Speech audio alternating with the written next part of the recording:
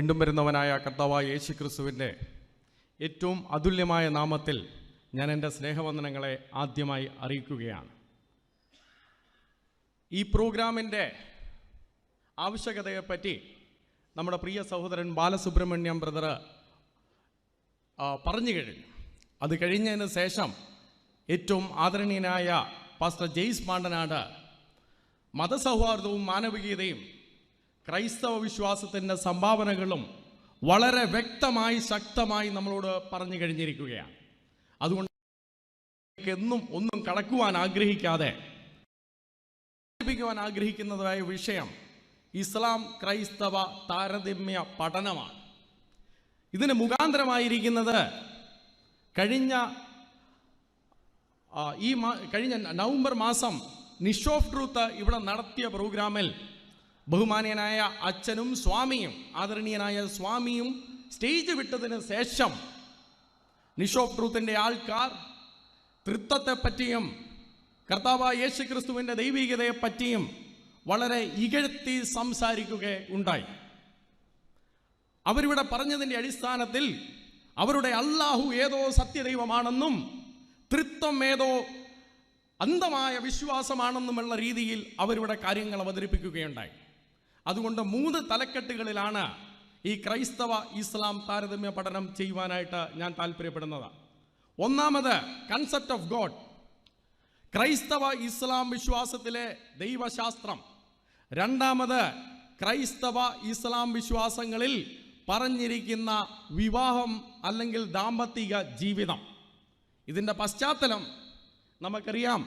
ഇന്ന് ലവ് ജിഹാദ് പോലെയുള്ള വിഷയങ്ങൾ ഉണ്ടായിരിക്കുന്നത് കൊണ്ട് അവർ പഠിപ്പിക്കുന്ന ദാമ്പത്തിക ജീവിതം എന്താണെന്നറിഞ്ഞിരിക്കുക, അത് സമൂഹത്തോട് വിളിച്ചു പറയുക, ഞങ്ങളുടെ ഒരു ദൗത്യമായിട്ട് കണ്ട് അവർ പഠിപ്പിക്കുന്നത് അവരുടെ പ്രമാണത്തിൻ്റെ അടിസ്ഥാനത്തിൽ പറയുവാൻ ആഗ്രഹിക്കുകയാണ്.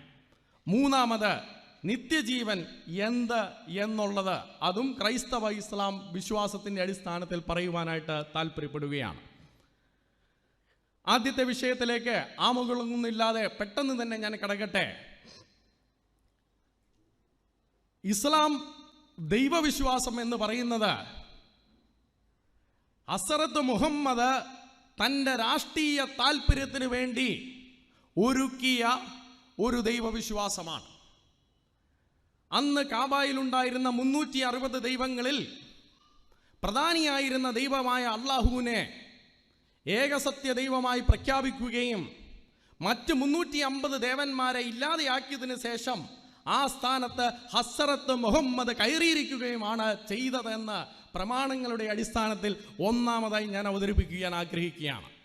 മറിച്ച് ക്രൈസ്തവ വിശ്വാസം എന്ന് പറയുന്നത് സ്ഥലകാലത്തിന് അതീതമായി ദൈവം വെളിപ്പെടുത്തിയ ഏക പരമമായ സത്യമാണ്.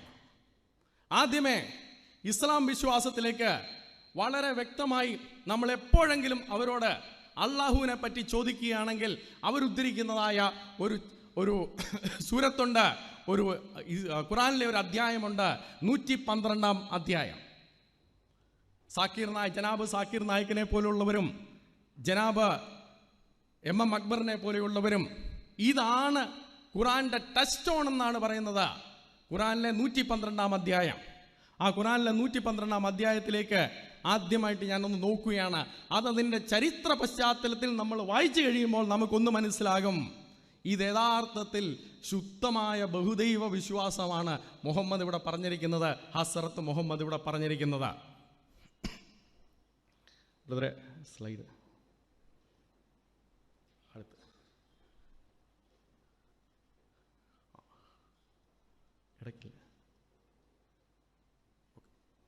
112-ാം അധ്യായത്തിൽ നമ്മൾ ഒന്നാമത് വായിക്കുന്നത് അല്ലാഹു നബിയെ പറയുക കാര്യം അല്ലാഹു ഏകനാണ് എന്നതാകുന്നു.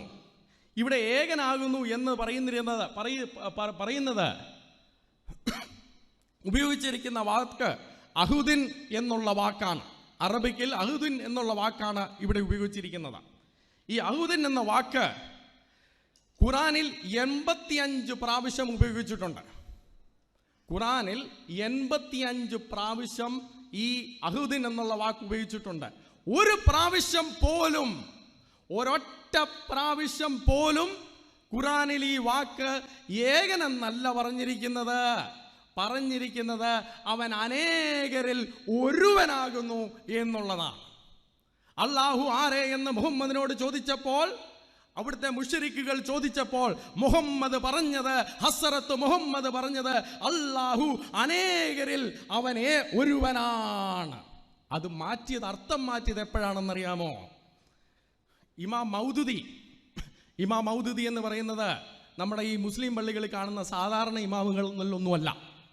ഏഷ്യയിലെ ഏറ്റവും വലിയ ജമാഅത്തിന്റെ സ്ഥാപക നേതാവായിരുന്ന ഇമാം മൗദൂദി പറയുന്നത്, ഖുറാൻ വന്നതിന് ശേഷം, ഈ ആയത്തിറങ്ങിയതിന് ശേഷമാണ് അർത്ഥം മാറ്റിയത്. അർത്ഥം മാറ്റിയില്ലായിരുന്നെങ്കിൽ ഖുറാനിൽ പറഞ്ഞിരിക്കുന്ന മറ്റ് 83 ഭാഗങ്ങളിൽ പറഞ്ഞിരിക്കുന്ന അർത്ഥമായിരുന്നുവെങ്കിൽ അല്ലാഹു അനേകരിൽ ഒരുവനാണ് എന്നാണ് മുഹമ്മദ് പ്രഖ്യാപിച്ചത്. അത് മാത്രമല്ല, നമ്മൾ ഖുറാനിലെ മറ്റു വാക്യങ്ങൾ നോക്കുമ്പോൾ അറിയാം. സൂറത്ത് 23:14 പറയുന്നത്, അല്ലാഹു is the best of the creators. അല്ലാഹു അനേക സൃഷ്ടാക്കന്മാരിൽ ഏറ്റവും ഉത്തമനാണെന്നാണ് പറഞ്ഞിരിക്കുന്നത്. അനേക സൃഷ്ടാക്കന്മാരിൽ ഏറ്റവും ഉത്തമനായവൻ.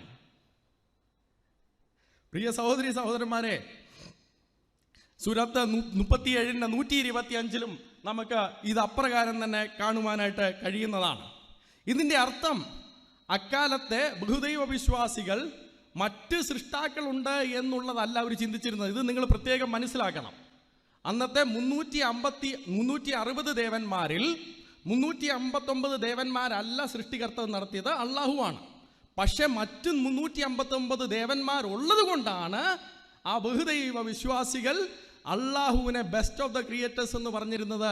അത് തന്നെയാണ് ഹസ്രത്ത് മുഹമ്മദും പറഞ്ഞത്. അത് തന്നെയാണ് പറഞ്ഞത്, അവൻ അനേകരിൽ ഒരുവനാകുന്നു. ഇത് നമ്മുടെ ദൈവമേ അല്ല.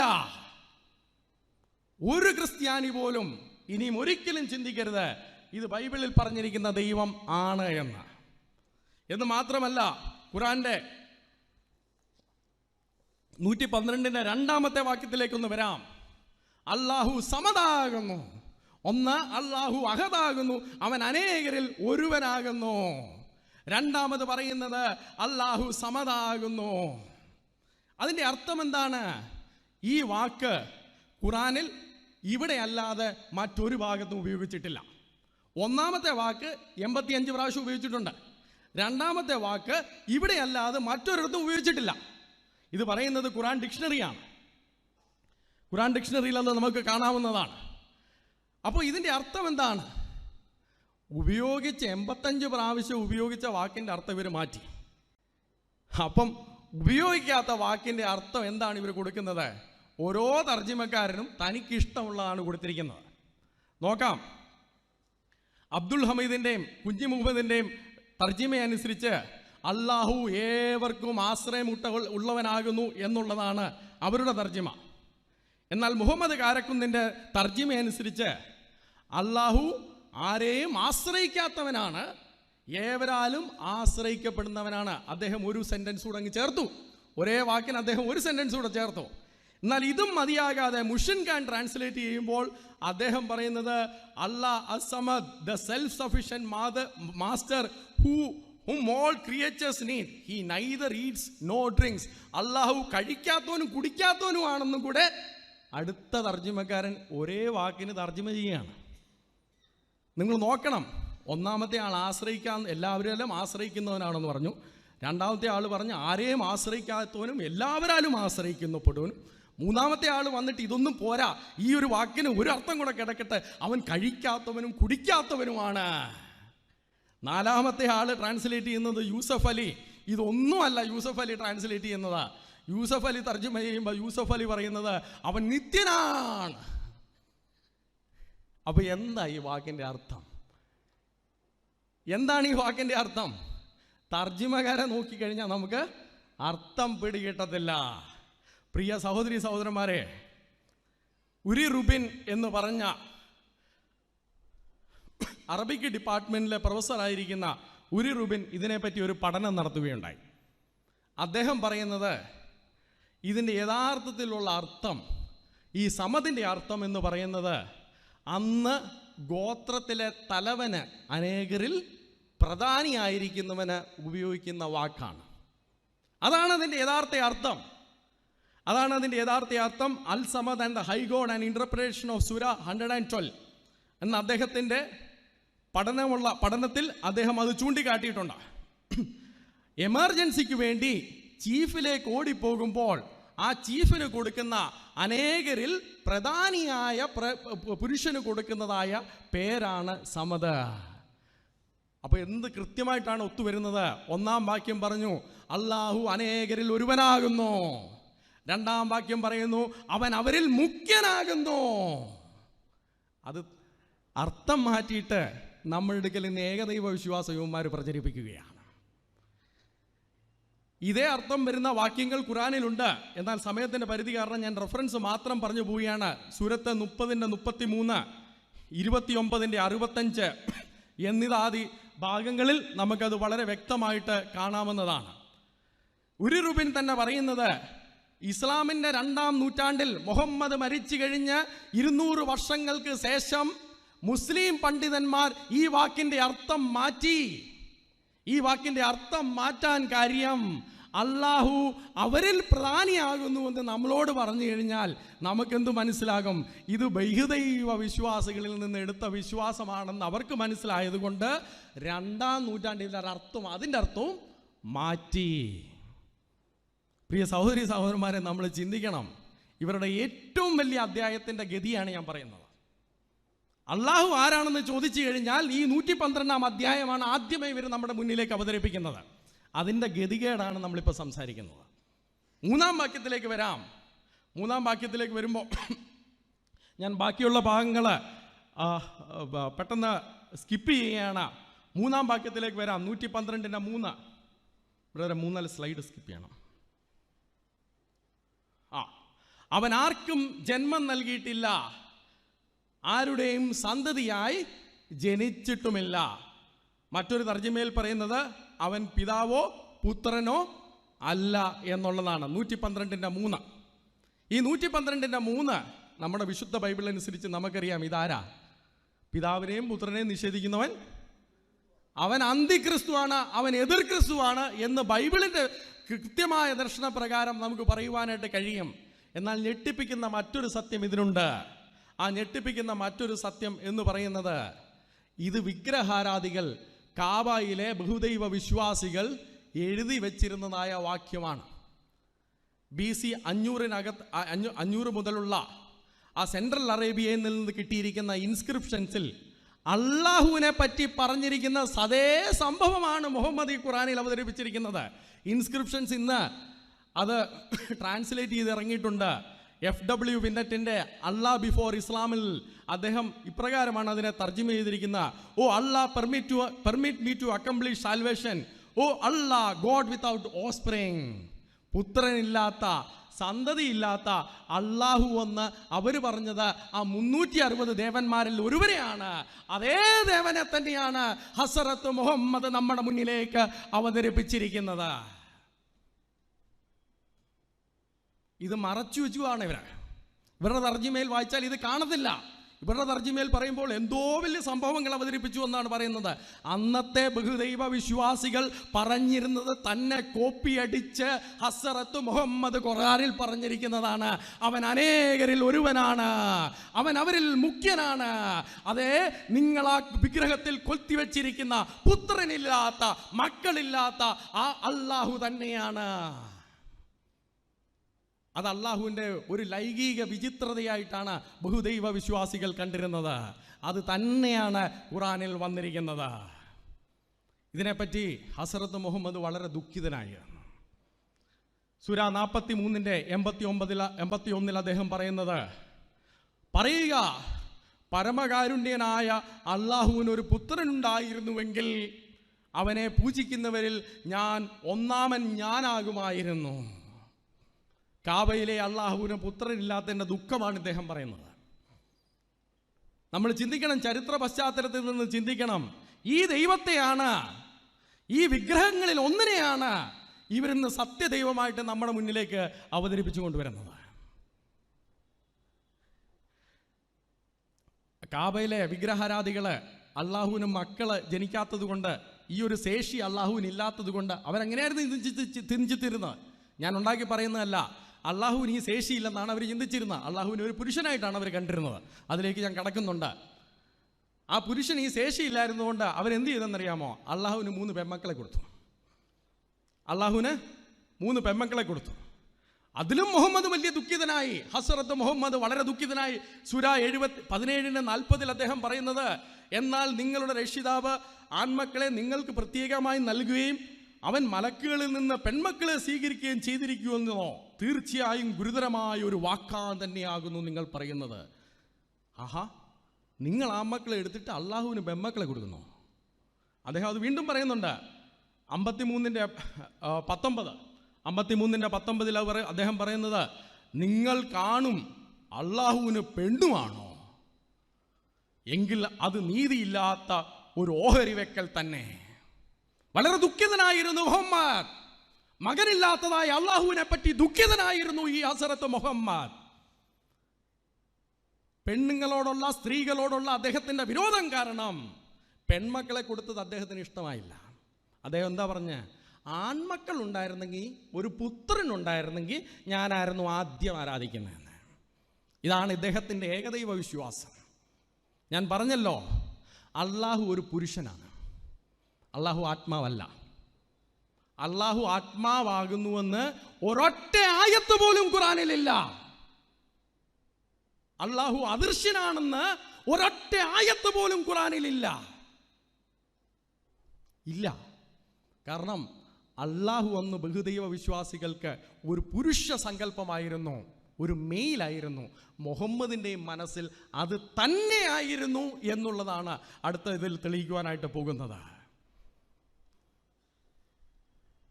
അള്ളാഹു അദൃശ്യനാണെന്ന് ഞാൻ പറഞ്ഞല്ലോ, ഒരൊറ്റ വാക്യം പോലും ഖുറാനിലില്ല. അള്ളാഹുവിന് രൂപമില്ല എന്ന് ഒരൊറ്റ വാക്യം പോലും ഖുറാനിലില്ല. അള്ളാഹു ആത്മാവാകുന്നുവെന്ന് നമ്മുടെ ബൈബിളിലുണ്ട്. ദൈവം ആത്മാവാകുന്നു അല്ലേ? അള്ളാഹു ആത്മാവാകുന്നു എന്ന് പറഞ്ഞിട്ടില്ല. അള്ളാഹുവിന് ആത്മാവ് ഉണ്ടെന്നേ പറഞ്ഞിട്ടുള്ളൂ. അത് നമുക്കും ആത്മാവുണ്ട്, അതുകൊണ്ട് നമ്മൾ ആത്മാവാകുന്നില്ല. അതേപോലെ അള്ളാഹുവിനും ആത്മാവ് ഉണ്ടെന്നേ പറയുന്നുള്ളൂ. മറിച്ച് സൂര 2:115 അള്ളാഹുവിനൊരു മുഖമുണ്ടെന്നും 52:48 അള്ളാഹുവിന് കണ്ണുകളുണ്ടെന്നും 5:64 അള്ളാഹുവിന് 2 കൈകളുണ്ടെന്നും 68:42 അള്ളാഹുവിന് ഒരു മുഴങ്കാലുണ്ടെന്നും സഹീഹ് ബുഖാരി വോള്യം 8 ബുക്ക് 52 ഹദീസ് നമ്പർ 798 പ്രകാരം അള്ളാഹുവിന് നിഴലുണ്ടെന്നും വളരെ വ്യക്തമായിട്ട് ഹസ്രത്ത് മുഹമ്മദ് പറഞ്ഞു. കാരണം ഹസ്രത്ത് മുഹമ്മദിന്റെ മനസ്സിലുണ്ടായിരുന്നതായ ദൈവം ഒരു കേവല ബിംബമാണ്, ഒരു പുരുഷനാണ്. ഇത് പറയുമ്പോൾ നമുക്ക് സഹീഹ് മുസ്ലിം book 40 the book of paradise, its description, അതിനകത്ത് പറയുന്നത് അള്ളാഹു ആദമിനെ സൃഷ്ടിച്ച കാര്യമാണ്. ആദമിനെ സൃഷ്ടിച്ചപ്പം നമ്മുടെ ദൈവം നമ്മളെ അവൻ്റെ സ്വരൂപത്തിലും സാദൃശ്യത്തിലുമാണ് സൃഷ്ടിച്ചത് എന്ന് പറഞ്ഞുകൊണ്ട് നമ്മൾ കയ്യും കാലും ദൈവത്തിൻ്റെ രൂപത്തിലാണെന്ന് ഒരു ക്രിസ്ത്യാനിയും വിശ്വസിക്കുന്നില്ല. അങ്ങനല്ല നമ്മുടെ ലേഖനങ്ങളിൽ നമ്മളെ പഠിപ്പിച്ചിരിക്കുന്നതും. ഇവിടെ പറയുന്നത് അള്ളാഹു ആദത്തെ തൻ്റെ സാദൃശ്യത്തിലാണ് സൃഷ്ടിച്ചത് എന്ന് പറഞ്ഞു കഴിഞ്ഞാൽ 60 ക്യൂബിറ്റ് ഹൈറ്റ് ഉണ്ടായിരുന്നു, ഏതാണ്ട് 90 അടി ഹൈറ്റ് ഉണ്ടായിരുന്നു. അതാണ് ഹസ്രത്ത് മുഹമ്മദിൻ്റെ മനസ്സിലെ അള്ളാഹുവിൻ്റെ രൂപം. ഇത് അവരുടെ പുസ്തകത്തിൽ നിന്നുള്ളതാണ്. ഏതാണ്ട് ഇപ്രകാരം ഇരിക്കും. ഇതാണ് അറബിയയിൽ അവർ ആദത്തിൻ്റെ ഡ്രസ്സുണ്ടാക്കിയതാണ്. ഇത്രയും ഹൈറ്റായിരുന്നു ആദത്തെ സൃഷ്ടിച്ചപ്പോൾ. കാരണം അത് അള്ളാഹുവിൻ്റെ ഹൈറ്റാണ്, അള്ളാഹുവിൻ്റെ ഹൈറ്റിലാണ് സൃഷ്ടിച്ചിരിക്കുന്നത്. എന്ന് മാത്രമല്ല, ഇതൊന്നുകൂടെ പറയട്ടെ, സഹീഹ് മുസ്ലിം book 32 the book of virtue, enjoining good manners and joining the ties of kinship, ഹദീത്ത് നമ്പർ 6325 പറയുന്നത്, നിങ്ങൾ ഒരിക്കൽ ഒരുത്തരോട് വീണ്ടും മഴക്കുണ്ടാകുമ്പോൾ മുഖത്തടിക്കരുത്. കയ്യിലൊക്കെ അടിച്ചു, മുഖത്തടിക്കരുത്. കാരണം മുഖം അള്ളാഹുവിൻ്റെ കൂട്ടത്തിലാണ്. കാലിനിട്ടടിക്കാം, നെഞ്ചത്തിട്ടടിക്കാം, വയറ്റത്തിട്ടടിക്കാം, അതൊന്നും ഒരു പ്രശ്നമല്ല. പക്ഷെ മുഖത്തടിക്കരുത്, കാരണം അത് അള്ളാഹുവിൻ്റെ മുഖമാകുന്നു. പ്രിയ സഹോദരി സഹോദരന്മാരെ, ഞാൻ പറയുന്നത് ശ്രദ്ധിക്കണം. ഹസ്രത്ത് മുഹമ്മദിന്റെ മുൻപിലുണ്ടായിരുന്നതായ അള്ളാഹു ഒരു വിഗ്രഹമാണ്, ഒരു പുരുഷനാണ്. അവൻ ഒരിക്കലും അദൃശ്യനല്ല. ഇത് പറയുമ്പോൾ സാധാരണയായിട്ട് നമ്മുടെ മുസ്ലിം സഹോദരന്മാർ സൂര 6:103 പറയും, കണ്ണുകൾ അവനെ കണ്ടെത്തുകയില്ല, കണ്ണുകളെ അവൻ കണ്ടെത്തുകയും ചെയ്യും. കണ്ണുകൾ അവനെ കണ്ടെത്തുകയില്ല എന്നുള്ളതിൻ്റെ അർത്ഥം അള്ളാഹു അദൃശ്യനാണ് എന്നവർ പറയാൻ ശ്രമിക്കും. എന്നാൽ അതല്ല അതിൻ്റെ അർത്ഥം. അതിൻ്റെ അർത്ഥം എന്ന് പറയുന്നത് സഹീഹ് മുസ്ലിം ബുക്ക് 1 ബുക്ക് ഓഫ് ഫെയ്ത്ത് ഹദീസ് നമ്പർ 344 പറഞ്ഞിട്ടുണ്ട്, അള്ളാഹു പ്രകാശം കൊണ്ടൊരു വെയിലുണ്ടാക്കി, ഒരു മൂടപടം ഉണ്ടാക്കി. നമ്മുടെ മുസ്ലിം സ്ത്രീകളെയൊക്കെ കണ്ടിട്ടില്ലേ? മുസ്ലിം സ്ത്രീകൾക്ക് ഒരു മൂടപടമുണ്ട്. അതേപോലെ അള്ളാഹുവിന് ഒരു മൂടപടമുണ്ട്. ആ മൂടപടത്തിന് പിന്നിൽ അള്ളാഹു മറഞ്ഞിരിക്കുന്നത് കൊണ്ടാണ് അവനെ ആർക്കും കാണാൻ കഴിയാത്തത്. അല്ല, അള്ളാഹു അദൃശ്യനായതുകൊണ്ടല്ല. അള്ളാഹു അദൃശ്യനായതുകൊണ്ടല്ല. സഹീഹ് മുസ്ലിം ബുക്ക് 1 ബുക്ക് ഓഫ് ഫെയ്ത്ത് ഹദീസ് നമ്പർ 346 നമ്മൾ അത് തന്നെ വായിക്കുന്നുണ്ട്. എന്ന് മാത്രമല്ല, ഈ അള്ളാഹു സഹീഹ് മുസ്ലിം ബുക്ക് ഓഫ് പ്രേയേഴ്സ് ബുക്ക് 4 ഹദീസ് നമ്പർ 1657 പറയുന്നത്, ഈ അള്ളാഹു അർദ്ധരാത്രിയൊക്കെ കഴിഞ്ഞ് ഏതാണ്ട് രാവിലെ സമയം ആകാറാകുമ്പോഴത്തേന് അള്ളാഹു താഴെ സ്വർഗത്തിലേക്ക് ഇറങ്ങി വരും. ഏറ്റവും മീതെ സ്വർഗത്തിലാണ് അദ്ദേഹം ഇരിക്കുന്നത്. അദ്ദേഹം താഴെ സ്വർഗത്തിലേക്ക് ഇറങ്ങി വന്നിട്ട് രാവിലെ വരെ അവിടെ കാത്തിരിക്കും. കാത്തിരുന്നിരിക്കുന്ന എന്തിനാ? ആരെങ്കിലും പ്രാർത്ഥന അർപ്പിക്കുന്നുണ്ടോ എന്ന് ചോദിച്ച്. എൻ്റെ പ്രിയ സ്നേഹിതരെ, സഹോദരി സഹോദരന്മാരെ, അള്ളാഹു ഇങ്ങനെ ഒരിക്കൽ ഇറങ്ങി വന്നു കഴിഞ്ഞാൽ പിന്നെ മേളിലോട്ട് കയറിപ്പാൻ ഒക്കത്തില്ല. കാരണം എന്താ? ഭൂമിയുടെ ഓരോ സമയത്ത് എപ്പോഴും ഒന്നെങ്കിൽ പകലാണ് അല്ലെങ്കിൽ രാത്രിയാണ്. അള്ളാഹു ഇങ്ങനെ മാറിക്കൊണ്ടിരിക്കുകയാണ്. ഇത് കഴിഞ്ഞിട്ട് പകൽ കഴിഞ്ഞിട്ട് എപ്പോഴാണ് അള്ളാഹുവിന് മേളിലോട്ട് പോകാൻ പറ്റുന്നത്? ഇത് പറയുമ്പം നമ്മുടെ മുസ്ലിം സഹോദരന്മാർ പറഞ്ഞൊഴിയാൻ ശ്രമിക്കുന്നുണ്ട്, അയ്യോ അതൊക്കെ അള്ളാഹുവിന് പറ്റും, അള്ളാഹു പറഞ്ഞിട്ടില്ലേ അള്ളാഹുവിന് തുല്യനായിട്ട് ആരുമില്ല എന്ന്. അള്ളാഹുവിന് തുല്യനായിട്ട് ആരുമില്ലെന്ന് പറയുന്നതിനകത്തൊന്നും അർത്ഥമില്ല. മുഹമ്മദിൻ്റെ ഭാര്യമാർക്കും തുല്യരായിട്ട് ആരുമില്ലെന്ന് 33:32 എഴുതി വെച്ചിട്ടുണ്ട്. എന്നാൽ ഇതിൻ്റെ യഥാർത്ഥ സംഗതി എന്തായിരുന്നു എന്നറിയാമോ? അന്നത്തെ ബഹുദൈവ വിശ്വാസികൾ വിശ്വസിച്ചിരുന്നത് ഭൂമി പരന്നതാണ് എന്നുള്ളതാണ്. ഭൂമി പരന്നതാണെങ്കിൽ അള്ളാഹു പ്രഭാതമാകുന്നതിന് തൊട്ട് മുമ്പ് ഇറങ്ങി വന്നിട്ട് പ്രഭാതം വരെ അവിടെ നിന്നിട്ട് പിന്നെ അദ്ദേഹത്തിന് തിരിച്ച് സിംഹാസനത്തിലേക്ക് പോയിരിക്കുക, പിറ്റേ ദിവസം വീണ്ടും ഇറങ്ങി വരികയൊക്കെ ചെയ്യാൻ കഴിയും. കാരണം ഭൂമി പരന്നതാണെങ്കിൽ.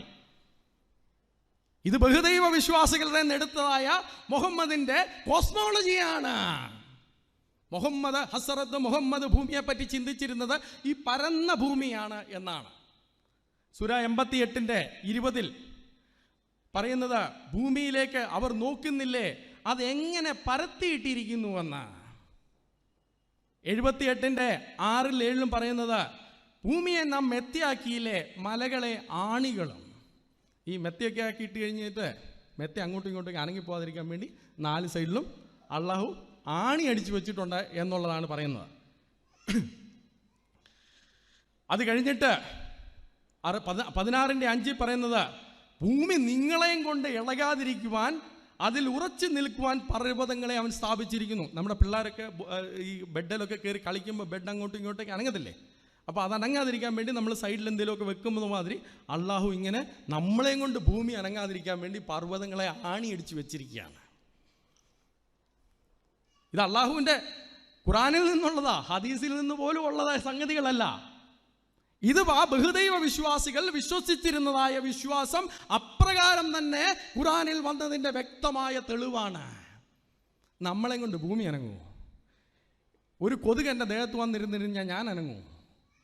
ഞാൻ അനങ്ങത്തില്ലെങ്കിൽ ഭൂമിയിൽ ഞാൻ എന്തോ ഉണ്ട്, ഒരു തരി പൊടി. എന്നെ കൊണ്ട് ഭൂമി അനങ്ങാതിരിക്കാൻ വേണ്ടി മലകൾ അടിച്ചു വെച്ചിരിക്കുകയാണ്. എന്നിട്ട് അദ്ദേഹം പറയുന്നത്, സൂര 2:22 പറയുന്നത്, അങ്ങനെ നിങ്ങൾക്ക് വേണ്ടി ഭൂമിയെ മെത്തയും ആകാശത്തെയും മേൽക്കുരയും ആക്കി തരികയും ആണിയൊക്കെ അടിച്ച് മേളിലൊരു റൂഫൊക്കെ വെച്ച് അള്ളാഹു നമുക്ക് തരികയും ചെയ്ത അള്ളാഹുവിനെ നിങ്ങൾ നന്ദി കാണിക്കുന്നില്ലേ എന്നാണ് അദ്ദേഹം ചോദിക്കുന്നത്. ഹസ്രത്ത് മുഹമ്മദിനോടും മുസ്ലിം സഹോദരന്മാരോടും പറയാൻ എനിക്ക് ആഗ്രഹിക്കുന്നത്, എനിക്ക് അങ്ങനെയുള്ള ഒരു അള്ളാഹുവിനോടല്ല നന്ദി. ഉത്തരദിക്കിനെ അവൻ ശൂന്യത്തിന്മേൽ വിരിക്കുന്ന ദൈവത്തോടാണ് ഞാൻ നന്ദി പ്രഖ്യാപിക്കുന്നത്.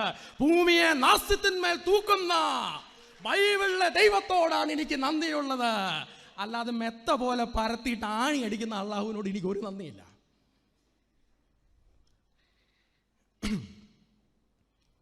പ്രിയ സ്നേഹിതരെ, ഞാൻ പറയാൻ ആഗ്രഹിച്ചുവല്ലോ, മുഹമ്മദിൻ്റെ മനസ്സിലുണ്ടായിരുന്ന അള്ളാഹു എന്ന് പറയുന്നത് കാബയിലെ വിഗ്രഹമാണ്.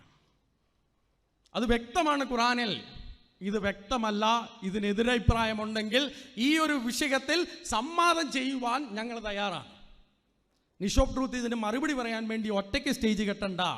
നിഷ് ഓഫ് ട്രൂത്തിന് ചങ്കുറപ്പുണ്ടെങ്കിൽ ഈ ഒരു വിഷയത്തിൽ തന്നെ ബൈബിളിലെ ദൈവവും ഖുറാനിലെ ദൈവവും എന്നുള്ള വിഷയത്തിൽ ഈ കാര്യങ്ങളുടെ ആസ്പദമാക്കി ഇവരുടെ പണ്ഡിതന്മാരെ, ഇപ്പം ഞാൻ ഖുറാനും ഹദീസും മാത്രമേ ഉദ്ധരിച്ചിട്ടുള്ളൂ, ഇവരുടെ പണ്ഡിതന്മാരെയും കൂടെ വെച്ച് ഉദ്ധരിച്ച് ഇതാണ് ഇവരുടെ വിശ്വാസമെന്ന് തെളിയിക്കാൻ കഴിയും. പക്ഷേ ഈ ഒരു വിശ്വാസം കൊണ്ടിറങ്ങിക്കഴിഞ്ഞാൽ ഈ അള്ളാഹു ചിലവാകത്തില്ല. കാബയിലെ ദൈവമാണ് എന്ന് പറഞ്ഞു കഴിഞ്ഞാൽ ഈ അള്ളാഹുവിനെ ആരും ഒരു കാലത്തും വകവെക്കത്തില്ല. അതുകൊണ്ട് ഹസ്രത്ത് മുഹമ്മദ് ആ അള്ളാഹുവിനെ റീപാക്കേജ് ചെയ്തു, അതിനൊരു ലേബലൊട്ടിച്ചു. ഇത് ബൈബിളിലെ ദൈവമാണ്. ബൈബിളിലെ ദൈവമാണെന്ന് പറയാതെ ഒരു ഏകദൈവ വിശ്വാസവും എങ്ങും പിഴവെടുത്തില്ല. അതിന് കച്ചവടം അറിയാവുന്ന വ്യാപാരിയായിരുന്ന ഹസ്രത്ത് മുഹമ്മദ് അതിനൊട്ടിച്ച ലേബലാണ് ഇത് ബൈബിളിലെ ദൈവമാണ് എന്ന് പറയുന്നത്. പ്രിയ സഹോദരി സഹോദരന്മാരെ, വെളിച്ചത്തിന് ഇരുട്ടിനോട് എന്ത് കൂട്ടായ്മ? ദേവാലയത്തിന് വിഗ്രഹങ്ങളോട് എന്ത് യോജിത? പരിശുദ്ധ ദൈവ ത്രിയേക ദൈവമായ യഹോവയ്ക്ക് അള്ളാഹുവിനോട് എന്ത് കൂട്ടായ്മ? ഈ അള്ളാഹു അല്ല വിശുദ്ധ ബൈബിളിലെ ദൈവം. അവൻ ആരാണ്? 1 തിമോഥെയോസ് 1:17 പറയുന്നു, നിത്യരാജാവായി അക്ഷയനും അദൃശ്യനുമായ ഏക ദൈവത്തിന് എന്നേക്കും മഹത്വവും. ആമീൻ. അവൻ അദൃശ്യനായ ദൈവമാണ്. അവനൊരു ദൃശ്യരൂപം എടുക്കാം, എന്നാൽ ആസ്തിത്വത്തിൽ അദൃശ്യനായ ദൈവമാണ് അവൻ. യോഹന്നാന്റെ സുവിശേഷം 4-ാം അധ്യായം അതിന്റെ 24-ാം വാക്യത്തിൽ കർത്താവായ യേശു ക്രിസ്തു നമ്മളോട് പ്രഖ്യാപിച്ചു, ദൈവം ആത്മാവാകുന്നു. അവൻ ജഡമായി വരാം, അവന് മനുഷ്യനായി അവതരിക്കാം, പക്ഷെ ദൈവം ആത്മാവാകുന്നു എന്ന് പറയുമ്പോൾ സ്ഥലകാലത്തിന് അതീതനായിരിക്കുന്ന ഒരു ദൈവത്തെയാണ് നമ്മൾ വിശ്വസിക്കുന്നത്. 1 രാജാക്കന്മാരുടെ പുസ്തകം 8-ാം അധ്യായം അതിന്റെ 27-ാം വാക്യത്തിൽ പറയുന്നത്, എന്നാൽ ദൈവം യഥാർത്ഥമായി ഭൂമിയിൽ വസിക്കുമോ? സ്വർഗത്തിലും സ്വർഗാദി സ്വർഗത്തിലും നീ അടങ്ങുകയില്ലല്ലോ. അവൻ ഈ സ്ഥലത്തിനെല്ലാം അതീതനായി വസിക്കുന്ന ഒരു ദൈവത്തെയാണ് നമ്മൾ ആരാധിക്കുന്നത്. യെശയ്യാവ് 40:12 പറയുന്നത്, തൻ്റെ ഉള്ളം കൈ കൊണ്ട് വെള്ളം അളക്കുകയും ചാണുകൊണ്ട് ആകാശത്തിൻ്റെ പരിമാണം എടുക്കുകയും ചെയ്യുന്നതായ ഒരു മഹത്വമുള്ളതായ ദൈവം. അവൻ ഈ സ്ഥലത്തിന് അതീതനാണ്. അവൻ സ്ഥലത്തിന് മാത്രമല്ല അതീതൻ, അവൻ കാലത്തിനും അതീതനാണ്. യെശയ്യാവ് 57:15 പറയുന്നത്, ഉന്നതനും ഉയർന്നിരിക്കുന്നവനും ശാശ്വത വാസിയുമായ ദൈവം, കാലത്തിന് അതീതനായി ജീവിക്കുന്ന ദൈവം. അതുകൊണ്ട് യോഹന്നാൻ സുവിശേഷകനായ യോഹന്നാന് മനുഷ്യ ഭാഷയിൽ പറയാമെന്നതിൻ്റെ ഏറ്റവും പരമോന്നതമായ ഭാഷയിൽ അദ്ദേഹം പറയുകയാണ്, ആദി എന്ന് നമുക്ക് ചിന്തിക്കാൻ കഴിയുന്ന ആദിയിൽ വചനം ഉണ്ടായിരുന്നു. വചനം ഉണ്ടായി വന്നു എന്നല്ല, ആദിയിൽ വചനം ഉണ്ടായിരുന്നു. എൻ്റെ സഹോദരി സഹോദരന്മാരെ, ഒരു നിമിഷം ഞാൻ ഈ തൃത്വത്തെ പറ്റി ഒന്ന് പറയുവാൻ ആഗ്രഹിക്കുകയാണ്. തൃത്വമെന്ന ദൈവവിശ്വാസം സ്ഥലകാല പരത്തിന് അതീതമാണ്. ഈ സ്ഥലത്തിന് അതീതമാണെന്ന് പറയുന്നതിൻ്റെ അർത്ഥം എന്താ? നമ്മളെല്ലാം പറയും ദൈവം സ്ഥലകാലത്തിനൊക്കെ അതീതനാണ്. എന്താണ് ഈ സ്ഥലത്തിന് അതീതനാണെന്ന് പറയുന്നതിൻ്റെ അർത്ഥം?